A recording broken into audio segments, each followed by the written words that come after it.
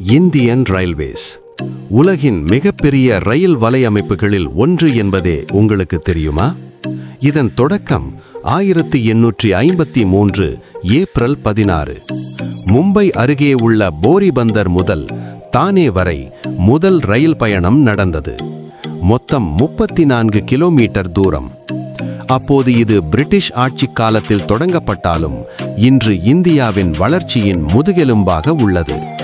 1947 சுதந்திரத்திற்கு பிறகு பல சிறிய ரயில் நிறுவனங்கள் ஒன்றிணைக்கப்பட்டு இந்தியன் ரயில்வேஸ் உருவாக்கப்பட்டது.